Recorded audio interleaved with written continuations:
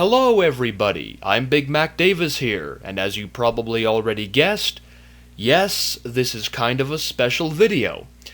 But this video will be included at the end of the playlist of my Half-Life walkthrough. So think of this video as kind of like a discussion to help people better understand the complexity of the Half-Life storyline. Kind of like a bit of bonus material, so to speak. And today we are going to be discussing Nihilanth, the end boss of Half-Life 1, and we will be trying to interpret his mysterious phrases, the phrases that he telepathically puts into Gordon's mind as Gordon makes his trek throughout the Zen chapters. But before we get started, however, please note that in this video, a lot of these interpretations are opinionated. They're just my opinions, meaning they are not confirmed to be true in any way, shape, or form. And also, before we get started, please note that I won't reveal everything in these interpretations. So please don't say things like, "Oh, dude, you suck. Haven't you ever played Half-Life 2? This is revealed right here in Half-Life 2, you noob." Well, please understand, we haven't gotten to the Half-Life 2 walkthrough yet, so all these interpretations will be based on Half-Life 1 observations. When we get to the Half-Life 2 walkthrough, then yes, I will reveal more. It's an, as information becomes available sort of deal here. Anyway, enough talking about this, let's just get to the interpretations.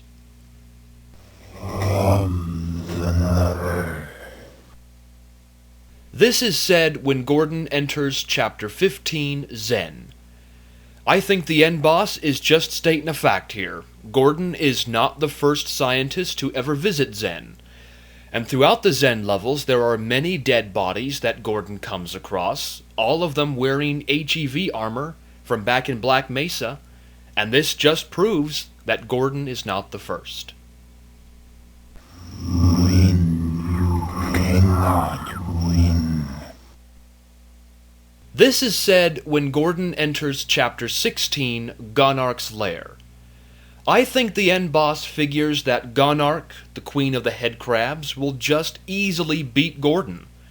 Because Gordon is just a human, and Gonarch is this giant, oversized head crab that can easily stomp Gordon out. But, in the end, like Gordon always does, he triumphs over Gonarch and defeats the queen. Done. What have you done?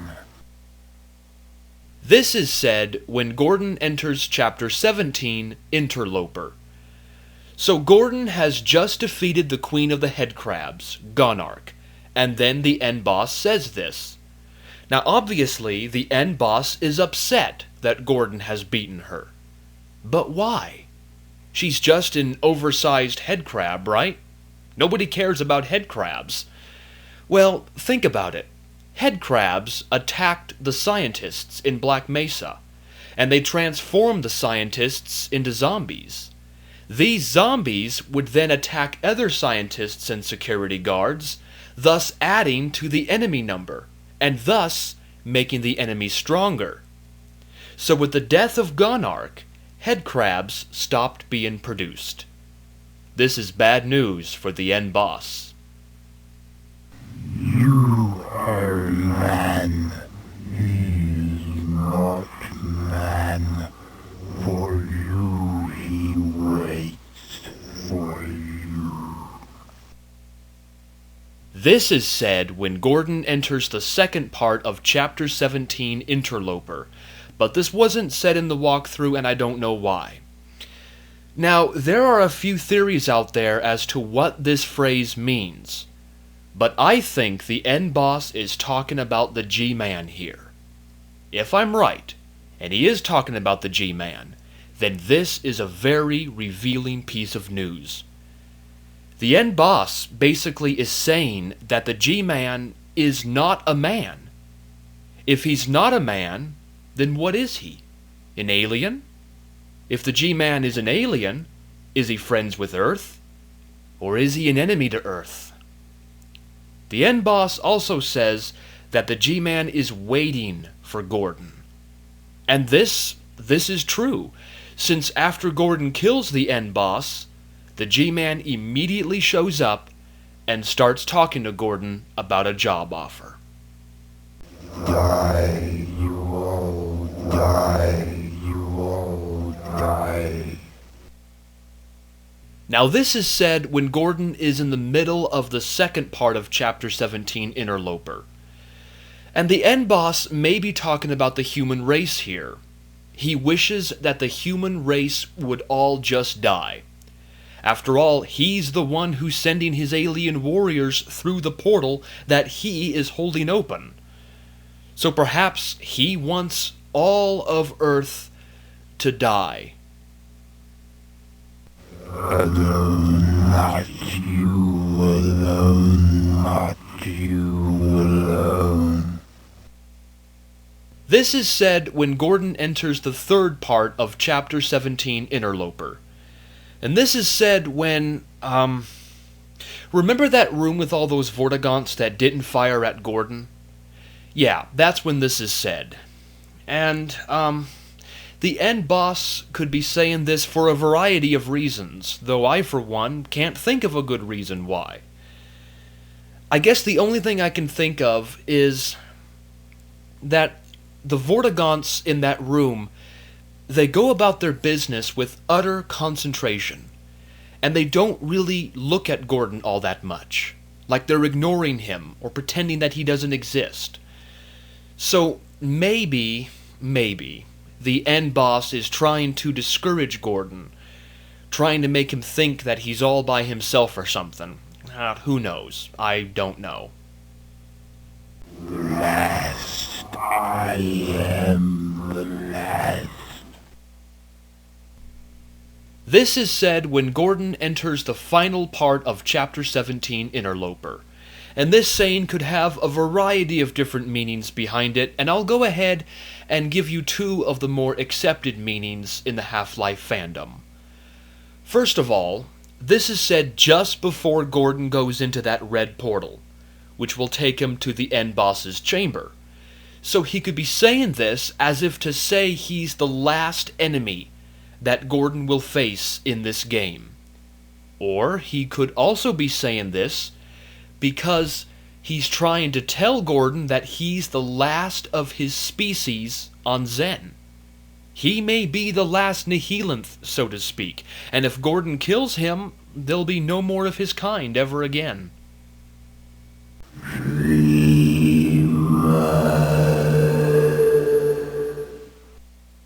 This is said, of course, when Gordon enters Chapter 18, Nihilanth, and this is said when Gordon is staring face to face with the end boss. Now this phrase, at first glance, may appear to have no meaning at all. It's just a name, right? Well, think about it carefully. How could a being who lives dozens, if not hundreds of light years away from Earth, have any idea as to what Gordon's last name is? Well, the answer to this question is rather simple.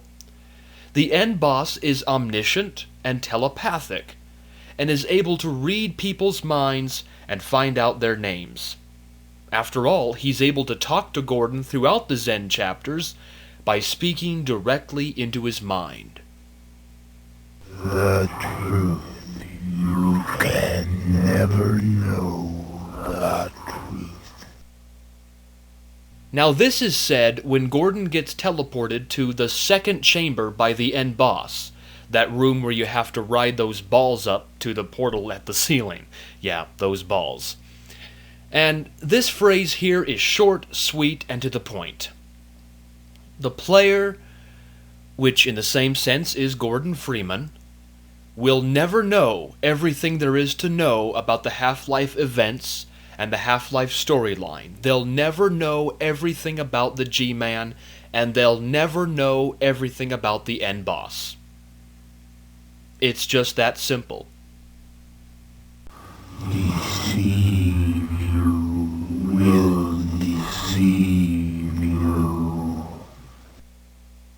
Now this is said when Gordon gets teleported to the third chamber by the end boss, that large room with the ichthyosaur in the water.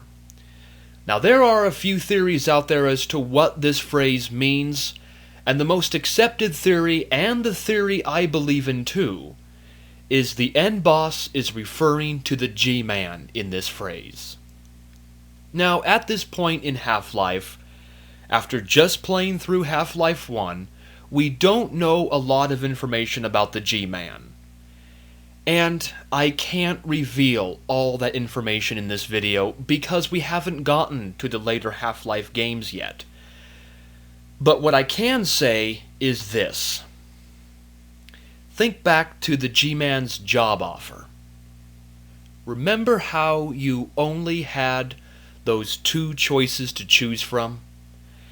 Either you accept his job offer and you walk into the green portal, or if you refuse the job offer, you get sent to that large room of alien grunts and face your own death.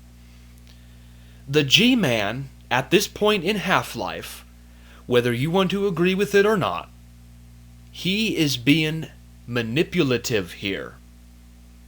It's either his way or death. The job offer or death. And who knows, that choice of you walking into the portal, the G-Man might be deceiving us here. We'll just have to find out. Now die, now die, now. Now this is said when Gordon gets teleported to the third chamber for the second time by the end boss, that large room that now has a gargantua in it. And this phrase is easy. Obviously, the end boss wants Gordon to die right now. And that right now could come from this gargantua. But, you know, of course, being the badass that Gordon is and all, he defeats the gargantua. Their slaves we are, their slaves we are. Now this phrase, just look at it. It's mysterious. This is a very rare phrase, and I've only heard it like 3 or 4 times total out of the many times I've played this game. Now this can be said anywhere throughout the Zen chapters, and if it is said, it will just replace the phrase that the end boss would have said normally. And this phrase, well, I can see why it's so rare. It's very revealing and very mysterious. We are their slaves. The end boss is saying we, like he includes himself in all of this. We are their slaves. So then, according to him, the end boss and all his Zen alien folk are slaves to another alien race. So with this knowledge in hand, maybe the end boss isn't the mastermind behind all of this chaos. Maybe it's these alien masters forcing the end boss and all the Zen aliens to attack. Maybe a future Half-Life game will answer this question as to who this alien race might be. Thieves you all are, thieves you all are. This is yet another rare phrase, and again, I've only heard it like 3 or 4 times total out of the many times I played this game, and just like the previous phrase, it can be said anywhere throughout the Zen chapters. I think the end boss may be talking about Black Mesa here.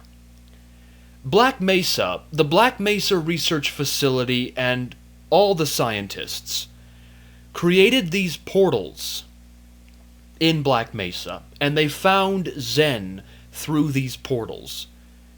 Then they sent some scientists into the Zen world, and they brought back some crystals from Zen, or in this case, they stole some crystals from Zen.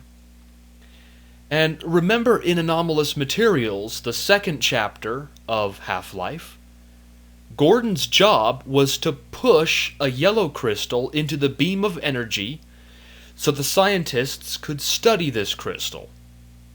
That crystal, that yellow crystal that Gordon pushed in the beam, that came from Zen. And it caused a resonance cascade. And a resonance cascade, it opened up a main portal between Zen and Earth, allowing these aliens to invade. At this point in Half-Life, we don't know what caused this resonance cascade, whether it was the crystal itself or some other force that did it. We don't know yet, but perhaps later we will find out. Eventually, we'll find out all these mysteries, and hopefully the questions will be solved. And that's it for this video. I hope you guys enjoyed, and the goal of this video was not to answer a lot of questions, it was to raise many more questions, because, yeah, there's a lot of questions unanswered, and more questions have been asked because of these interpretations, haven't they? Oh boy, the mysteries of Half-Life. Well, maybe they'll be answered later on in more Half-Life games. We'll just have to find out. And that's why I'm itching for Half-Life 3, everybody, because still, some of these questions have not been answered. So yeah. Anyways, hope you guys enjoyed, and I will see you in the next walkthrough. Take care, everybody.